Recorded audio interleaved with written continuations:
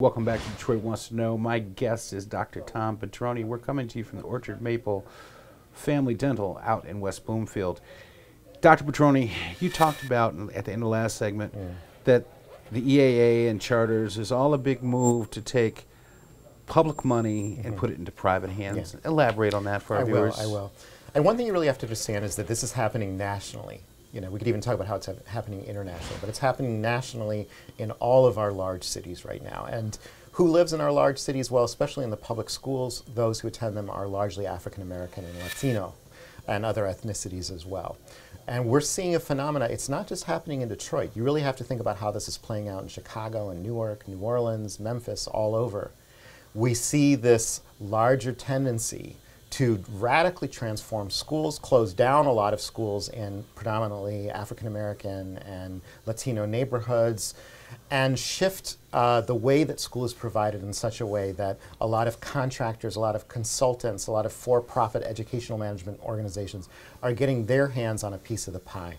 You might remember, Steve, like 10 or 20 years ago, what we used to hear more is always a call to reduce costs on education, because a lot of people would look at it as, well, that's for other people's children. So I want to put my kids in private school. I don't want to pay into that, cut those taxes. Corporations would do that too. But I think there's been a real shift in strategy, because we now know that the education industry, if you want to think of it that way, is huge across the United States. And so a lot of corporate players have realized that, you know, if they can just get their hands on that public money, it's not such a bad thing that so much money is going into public education. So we see the same picture. We have things like the EAA in New Orleans and in Tennessee. They're being built in Nevada. They're being proposed in other places. We have charterization that's happening all over the United States, particularly in low-income African American and Latino communities.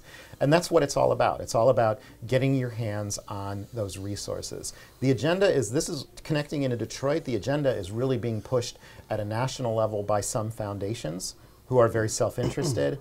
The Bill Gates Foundation, the Walton Foundation connected to Walmart, and the Broad Foundation connected to Eli Broad.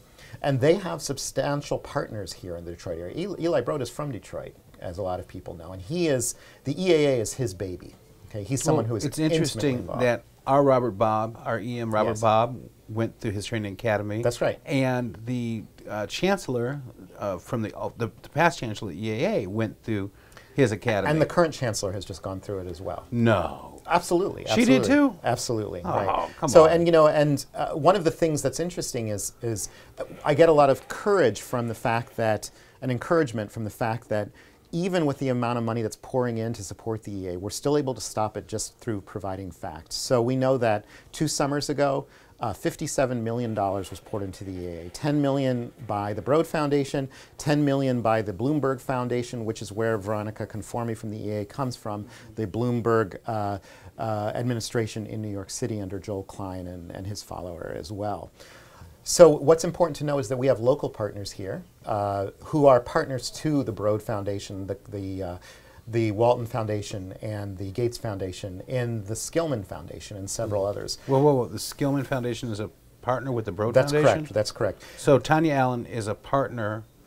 Tanya Allen's organization is a partner with the Broad Foundation. It works very closely with the Broad Foundation on many reforms, and that includes everything from the foundation of so-called research organizations, which are really advocacy organizations like Education Trust Midwest.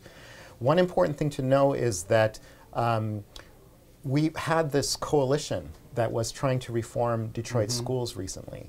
And the truth of the matter is the very same players who initiated that process of the coalition are the same ones who brought us something called Excellent Schools Detroit in 2010, which was a call for various reforms like the creation of the EAA and for the disempowerment of the school board and accountability put into a single point like we had under an emergency manager. And what the public needs to know is that those organizations got what they want. And now they're trying to claim the mantle of being those who are going to come and fix up the very problem that they really largely caused. I wish we weren't limited by time. Sure. I'd like to hear more about that. You challenged me to read that report that the Detroit Coalition put together. Yes. That 28-page report.